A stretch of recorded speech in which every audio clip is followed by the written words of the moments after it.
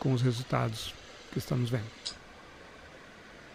Pois é, só rapidamente, a gente precisa ir para o Irã, mas já que o Lori perguntou a questão dos europeus, foi exatamente isso. Eles fizeram um documento que foi desenhado pelos franceses, que estavam chefiando o G7, que basicamente quer uma reserva de mercado, ou seja, nós aqui do G7, que somos os países ricos, vamos manter o sistema de desenvolvimento histórico que eles implantaram no mundo, que é o seguinte, nós vamos lá e pegamos os minérios, as commodities de todo lugar do mundo, e a gente tem uma coisa exclusiva, inclusive o inimigo oculto nesse negócio do G7 era a China.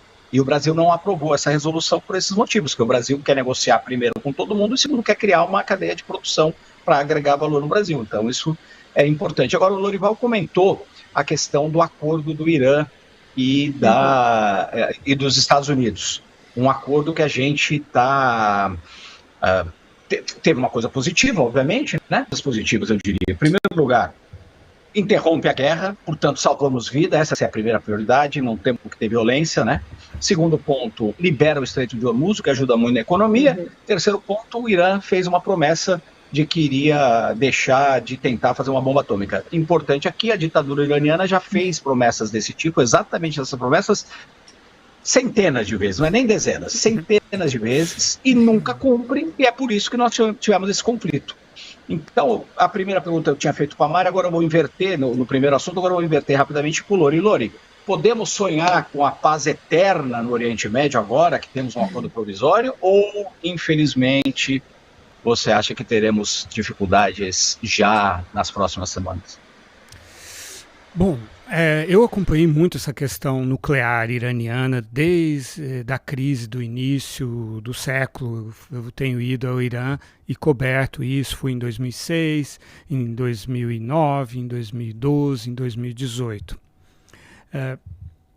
Existe, está em vigor um decreto religioso do Ali Khamenei, segundo o qual o Irã não pode ter armas nucleares, porque é contra o Alcorão, é uma arma de destruição em massa que atinge civis. E o Irã tinha, sim, um programa nuclear subterrâneo, literalmente e figurativamente também, escondido. E foi isso que foi descoberto no início dos anos 2000 e quebrou a confiança do Ocidente pelo Irã. Veio o acordo de 2015, chamado JCPOA, no governo de Barack Obama, que introduziu as inspeções mais intrusivas, mais invasivas da história da Agência Internacional de Energia Atômica, e ali a gente tinha certeza de que o Irã só tinha 300 quilos de urânio enriquecidos a 3,67%, que é para produzir energia elétrica. E o Irã, quando o Trump rompeu o acordo em 2018, foi aí que o Irã ainda esperou os europeus cumprirem uma promessa de que não aplicariam as sanções americanas. As empresas europeias não conseguiram cumprir a promessa, porque as sanções americanas tinham efeitos secundários sobre elas. E aí, quando ele viu que era uma ruptura mesmo de todos os participantes, ele passou a enriquecer urânio até 60%, 441 quilos, para dar uma lição para a comunidade internacional. Mas assim, a decisão política de ter uma arma nuclear não foi tomada dentro do Irã. Existem correntes que acreditam que é necessário, porque olham o exemplo da Coreia do Norte, que ninguém mexe com ela porque ela tem arma nuclear, olham o exemplo do Iraque, o exemplo da Ucrânia, que não tem armas nucleares e foram invadidos. E aí, mas isso é um debate dentro do Irã. Tem gente que acha que tem que ter, tem gente que acha que não tem que ter. E o fechamento do Estreito de Hormuz se mostrou um fator de dissuasão muito mais poderoso do que uma arma nuclear. Então, o debate continua em Teherã, não é conclusivo. Agora, nesse acordo, nessa negociação, o Irã estava numa posição de muito mais força do que em 2015. Por quê? Porque ele tinha fechado o Estreito de Hormuz e porque ele tinha 441 quilos de urânio enriquecido a 60% ou mais e 11 toneladas de urânio enriquecido em algum teor. Então, é por isso que foi um acordo muito mais fraco, muito mais favorável ao Irã. É uma questão matemática, a posição dele era mais forte. Ponto, é assim que as coisas funcionam, certo? E aí isso está deixando alguns republicanos que são falcões em Irã enlouquecidos. Israel está enlouquecido, porque o Irã venceu e conseguiu um acordo muito bom, né?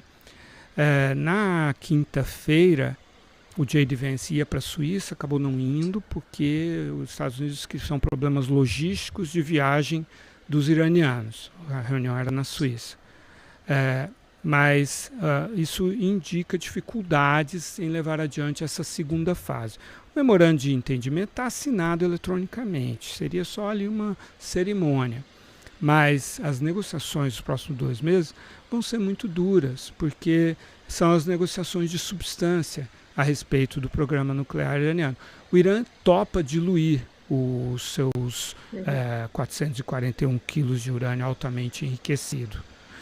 Topa fazer uma moratória de enriquecimento, mas não topa abrir mão da sua capacidade de enriquecimento dentro do que o Tratado de Não Proliferação Nuclear prevê, do qual ele é signatário. E aí ele fala, não, aí a gente vai fazer o programa pacífico, que a gente sempre fez, né?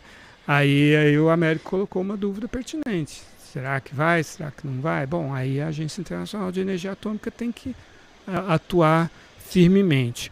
Mas o Irã vai manter seus mísseis balísticos convencionais, sua fortíssima relação com o Hezbollah, com os Houthis, com o Hamas. O primeiro parágrafo do acordo diz o seguinte: a soberania do Irã e do Líbano vai ser respeitada e as forças estrangeiras vão ser retiradas das regiões do Irã e do Líbano, né, do Estreito de Hormuz, do Golfo Pérsico e do Líbano. Então, isso significa o fim da aliança estratégica entre Estados Unidos e Israel, porque essa é uma aliança baseada na possibilidade, na ameaça de os Estados Unidos se juntarem a Israel para atacar o Irã, como foi feito no ano passado e neste ano. Os Estados Unidos estão se comprometendo a não fazer isso nunca mais. Que pode mudar muita coisa estrategicamente no Oriente Médio.